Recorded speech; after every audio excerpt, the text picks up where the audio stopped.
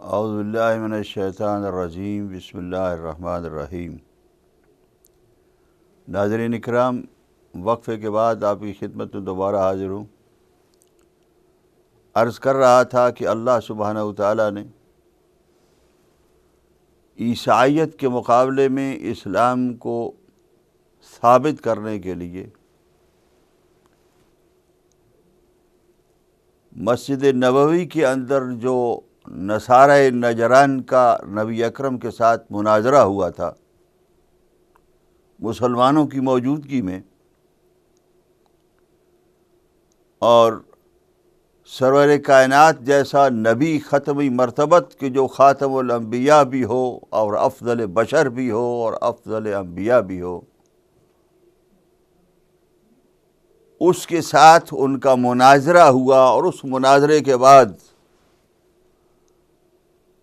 جب وہ نہ مانے کہ جب اللہ سبحانہ وتعالیٰ کی طرف سے دلیل دیتے ہوئے رسول اکرم نے ارشاد فرمایا کہ اگر تم یہ کہتے ہو کہ عیسیٰ بغیر باپ کے پیدا ہوئے تو آدم علیہ السلام بغیر باپ اور ماں کے پیدا ہوئے، اور اس کا جواب ان سے نہ بن پڑا، لیکن وہ بات تسلیم کرنے کے لیے تیار نہیں تھے کہ جب کبھی بھی کہیں دلیل پیش کی جائے اور دلیل کے مقابلے میں سامنے والا آدمی جب کوئی جواب نہ دے سکے تو ظاہر ہے کہ اس دلیل کو بشری تقاضے یہی ہیں کہ اس دلیل کو مان لینا چاہیے، لیکن عیسائی لوگ اس دلیل کو نہیں مان رہے اور نبی اعظم کی دعوت اسلام کو قبول کرنے کی طرف نہیں آ رہے۔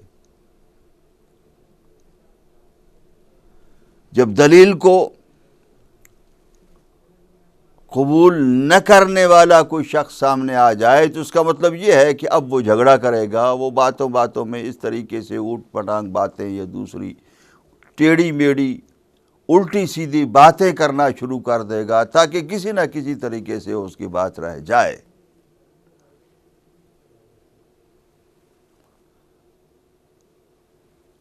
تو وہ جب جھگڑے کی صورت اختیار کر جائے تو اس وقت کے موقع پر اللہ سبحانہ وتعالیٰ نے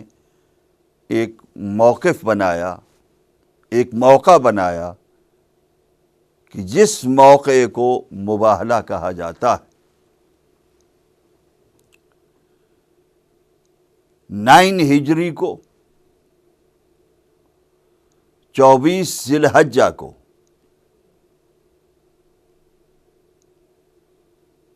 یہ موقع ہے مباہلے کا، اور شیخ عباس قمی نے مفاتیح الجنان میں لکھا ہے کہ جس دن نصارہ نجران کے ساتھ محمد و آل محمد علیہ الصلاۃ والسلام مباہلہ کرنے کے لیے جا رہے تھے، اسی دن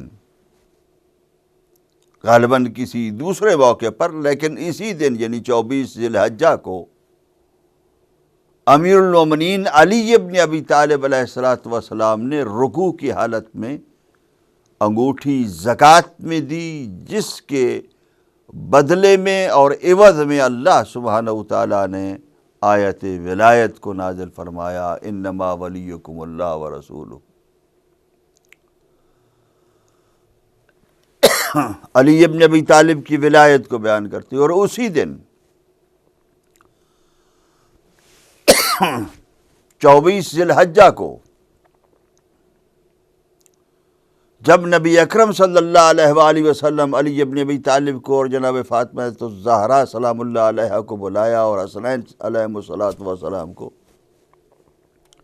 تو ان کے اوپر اپنی چادر رکھی، اور چادر جو ہے وہ یعنی حدیث کسا کا ورود بھی اسی دن ہے، اور بقول شیخ عباس قمی آیہ تطہیر کا نزول بھی اسی دن کو ہوا ہے۔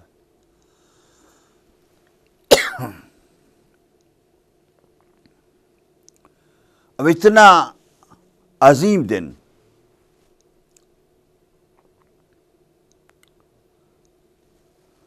اس دن کے بارے میں جس کو برقرار کرنے کے لیے اللہ سبحانہ و تعالیٰ نے جو ارشاد فرمایا، بسم اللہ الرحمن الرحیم، کہ فمن حاجک فیہ من بعد ما جاءک من العلم، یہ جو آپ اے نبی بات کہہ رہے ہیں کہ حضرت عیسیٰ کو اللہ سبحانہ و تعالیٰ نے اپنے کن فیکون کے ذریعے سے پیدا کیا اور بغیر باپ کے کسی کے ہونے کی یہ سبب نہیں ہوتا ہے کہ وہ پھر خدا بن جائے، بلکہ حضرت آدم علیہ الصلاۃ وعلیٰ نبینا بھی اسی طریقے سے بغیر باپ کے پیدا ہوئے، اور وہ اسی طریقے سے کھاتے پیتے اور چلتے پھرتے تھے جیسا کہ حضرت عیسیٰ علیہ الصلاۃ وعلیٰ نبینا کھاتے پیتے اور چلتے پھرتے تھے۔ ہمارا رب اور ہمارا اللہ ایسا نہیں ہے، جیسا کہ قرآن مجید میں مختلف موقعوں پر حضرت عیسیٰ سے بھی کہا گیا، کیا تم نے کہا ہے لوگوں سے کہ تمہیں خدا مانے؟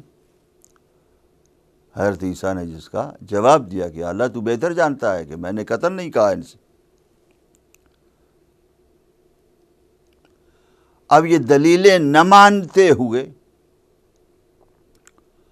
ادلہ کے ساتھ بات جب نہ چل رہی ہو اور جھگڑے پر بات آ جائے، اس یقین کے بعد کہ جو یقین اللہ سبحانہ و تعالیٰ نے سرور کائنات کے ذریعے سے یہ نازل فرمایا تھا، تو اس کے بعد بات آتی ہے مباہلے کی۔ تو آپ نے اللہ نے ارشاد فرمایا فَقُلْ تَعَالَوْا، ان کو کہہ دو کہ آ جاؤ، نَدْعُو أَبْنَاءَنَا وَأَبْنَاءَكُمْ، ہم دعوت دیتے ہیں اپنے بیٹوں کو، تم دعوت دو اپنے بیٹوں کو،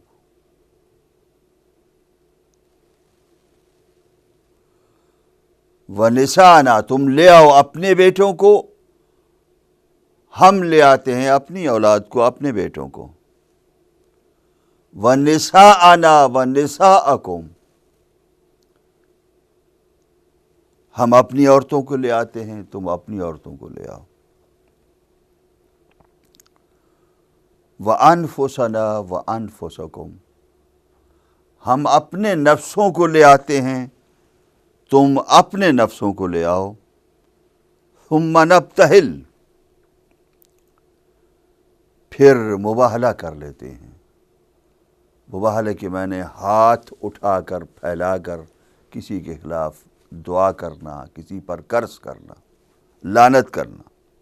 فَنَجْعَلْ لَعْنَتَ اللَّهِ عَلَى الْكَاذِبِينَ، اور پھر ہم کریں گے لعنت اللہ کی، بھیجیں گے کس کے لیے؟ علی الکاذبین، جھوٹوں کے اوپر۔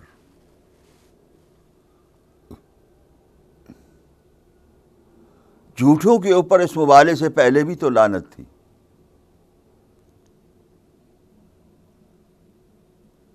اور مبالہ نہ بھی ہوتا تو پھر بھی جھوٹوں پر لعنت ہوتی اور رہتی باقی۔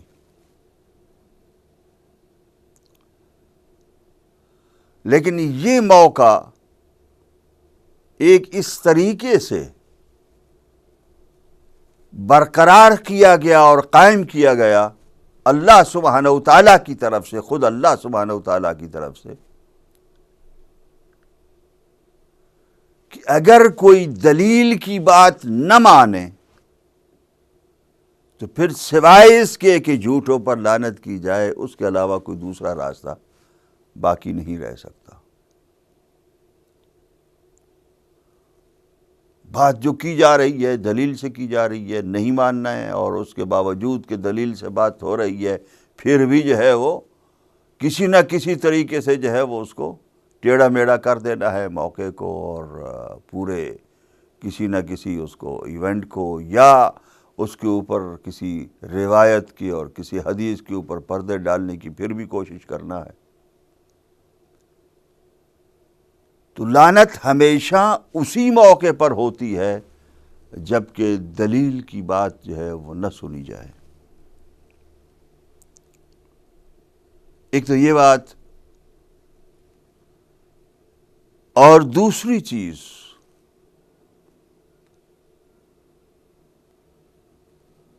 علم اللہ سبحانہ و تعالیٰ نے سرور ایک علم، ایک عام یہ علم نہیں ہے جیسے ایک عام طور پر عام فہم زبان کے اندر جو ہے وہ کہا جاتا ہے کہ مجھے علم ہے، میں جانتا ہوں۔ نہیں، یہ وہ علم ہے جسے یقین کہا جاتا ہے، جسے قطع کہا جاتا ہے، کہ جس میں کسی قسم کا کوئی شائبہ نہ ہو، کوئی ملاوٹ نہ ہو، کوئی اختلاط اور التباس نہ ہو۔ ایسا یقین کامل ظاہر ہے کہ نبی اعظم کو نہیں ہوگا تو کس کو ہوگا؟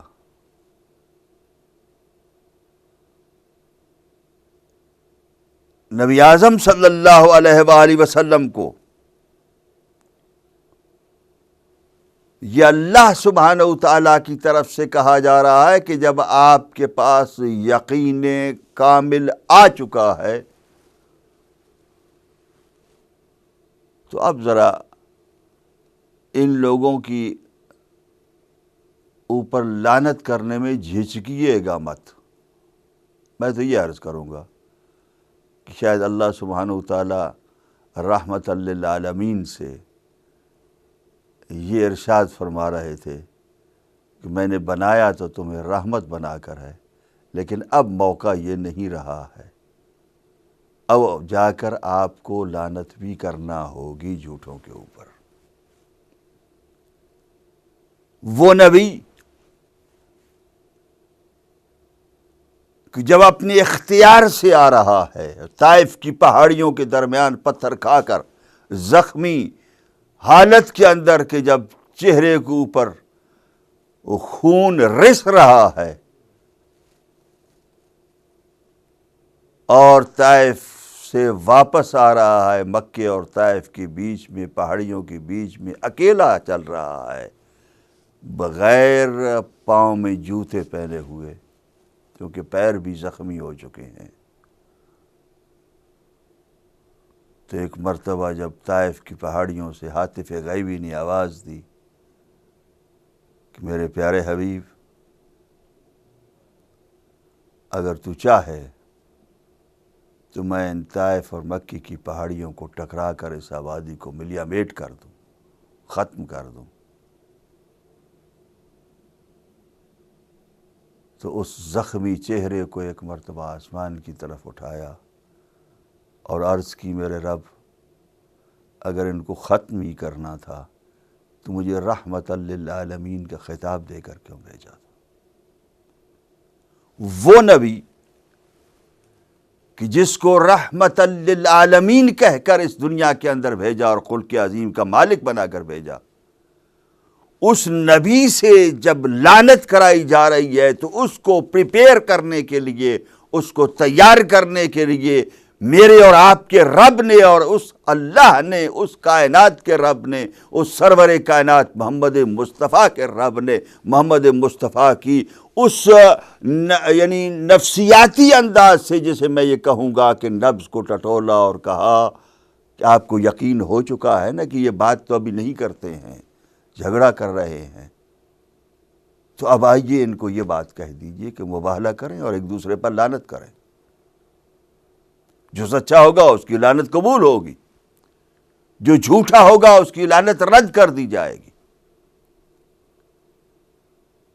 یہ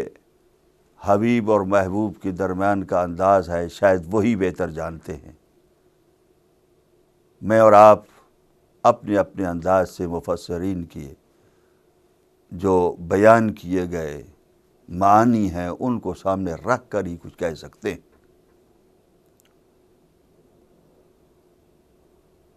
یہ کہہ کر یہ ارشاد فرما کے کہ جب آپ کو یقین ہو چکا ہے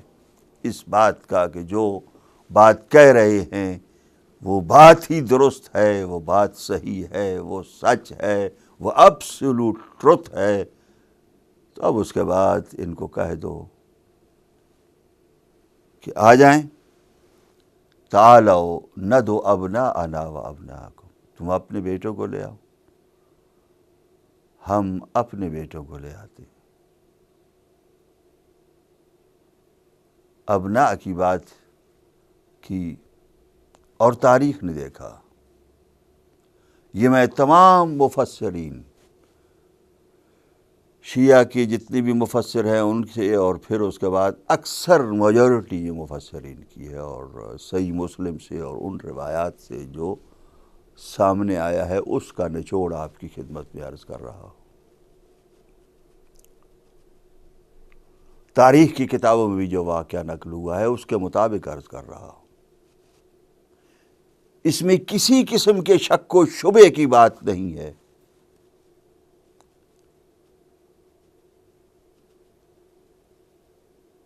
کہ ابناءکم اور ابناءنا میں رسول اکرم صلی اللہ علیہ وآلہ وسلم نے امام حسن امام حسین علیہ السلام کو ساتھ دیا۔ چھوٹے چھوٹے شہزادے تھے، 4-5 سال کی عمر تھی۔ اس عمر کے اندر اب اعتراض لگانے والوں نے یہ کہہ دیا، کہیں کہیں کونے میں کھدرے میں کہیں کہیں سے یہ لکھی ہوئی بات، یعنی ایک کونے کی آواز کی طرح یہ آواز آتی ہے کہ یہ نابالغ تھے، نابالغ کو مباہلے کے اندر نہیں لے جایا جاتا۔ تمہاری نظروں میں نابالغ تھی شاید، لیکن اللہ اور رسول کی نظروں میں نابالغ نہیں تھے۔ رسول یہ اعلان کر چکے تھے کہ چاہے یہ چھوٹی ہی کیوں نہ ہوں، امام ہوتا ہے، اور یہ دونوں تو چاہے بیٹھے ہوئے ہوں چاہے کھڑے ہوں، قعدا او قاما، وہ دونوں امام رہیں گے۔ اس لیے رسول اکرم کو شریعت کا پتہ تھا، یہ ان کو لے گئے تھے کس لیے؟ اس لیے کہ ابناءنا کی جگہ پر رسول اکرم کسے لے گئے تھے؟ اور یاد رکھیے ابناءنا و ابناءکم کی آیت جو ہے وہ اپنے بچوں کو اور اپنی عورتوں کو، ہم اپنی عورتوں کو لے آئیں، ان کے ساتھ نصارہ نجران کے ساتھ نہ بچے تھے اور نہ عورتیں تھیں۔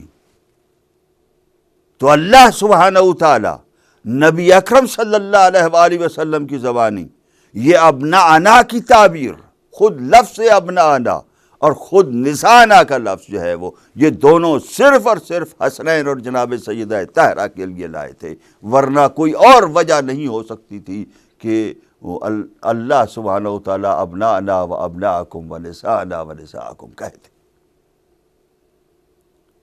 اور ان کے وہ کسی عورت کو لائے بھی نہیں تھے ساتھ۔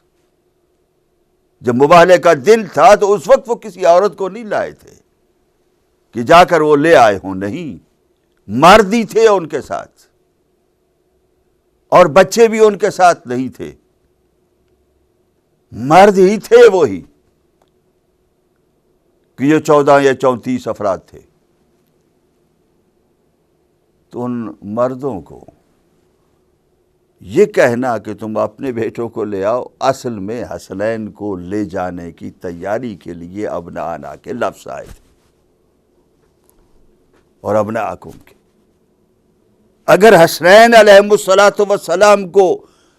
لے جانا نہ ہوتا تو یہ لفظ نہ آتے، اور یہ کہنا کہ اب ابناءنا کی جگہ پر کسی کو تو لے جانا تھا رسول اکرم کو، تو حسنین کو لے گئے چونکہ وہ بہت پیارے تھے، نہیں، خود ابناءنا لفظ آیا ہے اس لیے کہ حسنین کو لے جانا تھا۔ اگر حسنین علیہ السلام کو نہ لے جانا ہوتا تو ابناءنا کو لفظ نہ آتا، ان کو کہتے تم آ جاؤ ہم بھی آ جاتے، یہ بات یہی ہوتی، تم بھی آ جاؤ ہم بھی آ جاتے ہیں۔ تو ساری کی ساری امت قیامت تک رسول اکرم صلی اللہ علیہ وآلہ وسلم کی اولاد کی جگہ پر، لیکن قیامت تک اگر کوئی ابناءنا کی جگہ پر رسول کی ابناءنا کی جب نصارہ نجران یا کرسچینٹی کے ساتھ مبالغہ ہو رہا ہو تو حسنین کے علاوہ کوئی دوسرا نہیں بیٹھ سکتا۔ یہ حسنین کا کمال تھا، یہ حسنین کی شرافت تھی، یہ حسنین کی عظمت تھی، یہ حسنین کی سبقت تھی، یہ حسنین کی عظمت تھی۔ وہ اس لیے نہیں کہ حسنین رسول اکرم کے بچے ہیں اور نواسے ہیں، یہ اس وجہ سے حسنین کی اپنی جگہ پر ایک عظمت تھی، جس عظمت کی بنیاد پر حسنین علیہ السلام کو لے گئے تھے۔ وَنِسَاءَنَا وَنِسَاءَكُمْ، عورتوں میں ساری کائنات کی عورتوں کی پاکیزگیوں کو اکٹھا کیا جائے تو ایک جناب سیدہ طاہرہ سلام اللہ علیہا کی تعریف، یعنی وہ بشر کہ جو بشریت کا تاج ہیں، ان کو اللہ سبحانہ وتعالیٰ نے مباہلے کے اندر تیار کر کے لے جانے کے لیے رسول اکرم سے کہا۔ ان کے ساتھ عورتیں نہیں تھی، جناب سیدہ کو یعنی عورتوں کا لفظ آیا اس لیے نہیں لے گئے، بلکہ لفظ نساء اس لیے آیا ہے کہ جناب سیدہ کو لے جانا تھا۔ جناب سیدہ کو اگر نہ لے جانا ہوتا تو نساء کا لفظ اللہ سبحانہ وتعالیٰ ذکر نہ فرماتے۔ یہ نساء کا جو لفظ آیا ہے وہ اسی وجہ سے آیا ہے کہ اللہ سبحانہ وتعالیٰ کا یہ نساء کا لفظ جو ہے وہ اس لیے لانا تھا کہ جناب سیدہ طاہرہ سلام اللہ علیہا کو لے جانا تھا۔ وَأَنفُسَنَا وَأَنفُسَكُمْ، وقت چونکہ تھوڑا رہ گیا ہے اس لیے میں عرض کروں گا، مختصر اور شورٹ کروں گا۔ أَنفُسَنَا وَأَنفُسَكُمْ کا لفظ رسول اکرم کہہ دیتے تم بھی آ جاؤ ہم بھی آ جاتے ہیں، لیکن انفسنا و انفسکم کا لفظ اللہ سبحانہ وتعالیٰ نے نازل فرمایا، جبرائیل کی زبانی بیان فرمایا کہ نفس رسول یعنی انفسنا تم اپنے نفسوں کو لے آؤ، ہم اپنے نفسوں کو لے آئیں، یعنی اپنے نفوس کو، یعنی تم وہ جو ان کے نفوس ہیں وہ اور ان کے نفس جو ہیں وہ دوسری چیزیں ہیں۔ یعنی ابناء کی دلیل کے طور پر جب امام رضا علیہ السلام سے امام موذی کاظم علیہ السلام کو جب بھی اس کے بعد یعنی کسی موقع کے اوپر ہارون رشید کے مقابلے میں یا مامون کے مقابلے میں انہوں نے کہا کہ تم کیسے اولاد رسول بنتے ہو، تو اسی آیت کو معصومین علیہ السلام نے دلیل بنایا کہ قرآن کی آیت کے اندر ہے کہ رسول اکرم نے فرمایا ابناءنا وَأَبْنَاءَكُمْ وَنِسَاءَنَا وَنِسَاءَكُمْ وَأَنفُسَنَا وَأَنفُسَكُمْ، تم اپنے نفسوں کو، وہ کہ جو رسول اعظم کے نفس کی جگہ پر بیٹھ سکتے ہیں، وہ جو نبی اعظم کی نفس اور سول بن سکتے ہیں، وہ جو نبی اعظم کے جگہ پر جو ہے ان کے نفس کے طور پر اس دنیا کے اندر پیش کیے جا سکتے ہیں۔ کئی موقعوں پر رسول اکرم نے ارشاد فرمایا کہ فلاں جگہ پر جو ہے اس بات کو جو ہے وہ روکو، ورنہ میں بھیجوں گا اس کو کہ جو میرے نفس کی طرح ہوگا۔ رسول اکرم صلی اللہ علیہ وآلہ وسلم کو جب جبرائیل امین نے احد کے میدان میں جب علی ابن ابی طالب نے نبی اکرم صلی اللہ علیہ وآلہ وسلم کی حفاظت کا پورا بندوبست کر دیا اور تلوار کو تیزی کے ساتھ چلا کر رسول اکرم کا دفاع کیا تھا، جب آپ کے دندان مبارک شہید ہوئے تھے، تو اس وقت جب تلوار کی دھار لے کر یعنی ذوالفقار کو لے کر علی ابن ابی طالب سامنے کھڑے ہو گئے تو جبرائیل نے کہا تھا یا رسول اللہ یہ مواسات ہے کہ آپ نے علی ابن ابی طالب کے ساتھ جو مواخات بنائی تھی، آپ نے جو بھائی چارہ بنایا تھا، آج علی نے اس کو ثابت کر دیا ہے۔ تو رسول اکرم ارشاد فرمایا تھا کیوں نہ ہو، اس لیے کہ علی مجھ سے ہے، میں علی سے ہوں، علی میرا نفس ہے، جو علی کو غضبناک کرے گا وہ مجھے غضبناک کرے گا، جو علی کو برا بھلا کہے گا وہ مجھے برا بھلا کہے گا، جو علی کے ساتھ جنگ کرے گا وہ میرے ساتھ جنگ کرے گا۔ تو صداقت جو ہے یہ ایک طرف نبی اعظم کی سچائی اور صداقت بیان کرنے کے لیے مباہلے کا ایونٹ تھا، اور دوسرا آل محمد کی صداقت کو پیش کرنے کا ایونٹ ہے کہ تاریخ کے اندر قرآن مجید پڑھنے والا قرآن کا مطالعہ کرنے والا ہمیشہ یہ دیکھتا رہے گا سورہ آل عمران کی 61ویں آیت کو، اور اس کے اندر اس کو پتہ چلتا رہے گا کہ ابناء رسول کون ہیں، نفس رسول کون ہے، اور رسول کی اکلوتی بیٹی کون ہے، کہ جن کو تصدیق رسالت کے لیے اللہ سبحانہ و تعالیٰ نے اور حکم دیا اور رسول اعظم نے پیش کیا۔ کرسچینٹی کے مقابلے میں ہر موقع پر جہاں بھی دین کے درمیان فیصلہ نہ ہو، ادیان کے درمیان فیصلہ نہ ہو، دین کے درمیان فیصلہ نہ ہو، انہی پنجتن پاک کے ذریعے سے فیصلے ہوتے ہیں، اور جو اسی راستے پر ہوگا اسی کو صحیح اور حق اور سچ دین جو ہے وہ مل سکتا ہے، ورنہ نہیں مل سکتا۔ اگر یہ چیز ان کا تعارف ہوگا تو اللہ سبحانہ و تعالیٰ کا تعارف ہوگا۔ جب اللہ سبحانہ و تعالیٰ کا تعارف ہوگا تو اللہ کی عبادت کی طرف انسان اور بڑھے گا۔ یقیناً یاد رکھیے، حسنین علیہم السلام کے تعارف، حسنین علیہم السلام کی پہچان، حسنین کے ساتھ محبت و عقیدت، سیدہ طاہرہ کے ساتھ محبت و عقیدت، علی ابن ابی طالب کے ساتھ محبت و عقیدت، سرور کائنات محمد مصطفیٰ کے ساتھ محبت و عقیدت کا نتیجہ یہ ہے کہ اللہ کے سبحانہ و تعالیٰ کے سامنے زیادہ سے زیادہ سجدے میں انسان گرا رہے، اور جتنا زیادہ سجدے میں جائے گا اتنا زیادہ ان کی معرفت بھی بڑھے گی، اللہ سبحانہ و تعالیٰ کی معرفت بھی بڑھے گی۔ اللہ سبحانہ و تعالیٰ کے سامنے سجدہ نہ کرنے والے کبھی حسنین کے محب اور عاشق نہیں ہو سکتے۔ اللہ سبحانہ و تعالیٰ ہمیں توفیق عطا فرمائے کہ ہم حسنین کا عشق بھی اس طریقے سے کریں کہ جس طریقے سے اللہ سبحانہ و تعالیٰ نے ارشاد فرمایا، اور جس طریقے سے خود انہوں نے کہا ہے کہ ان کی معرفت اللہ کی معرفت ہے۔ اس راستے کے لیے اگر عشق کریں، اس سفر کو طے کرنے کے لیے اگر آل محمد کے ساتھ عشق ہو تو یقیناً وہی سچائی ہے، اور اللہ سبحانہ و تعالیٰ اس سچائی پر قائم رہنے اور دائم رہنے اور مضبوط رہنے اور ثابت رہنے کی توفیق عطا فرمائے۔ ربنا تقبل منا انک انت السمیع العلیم۔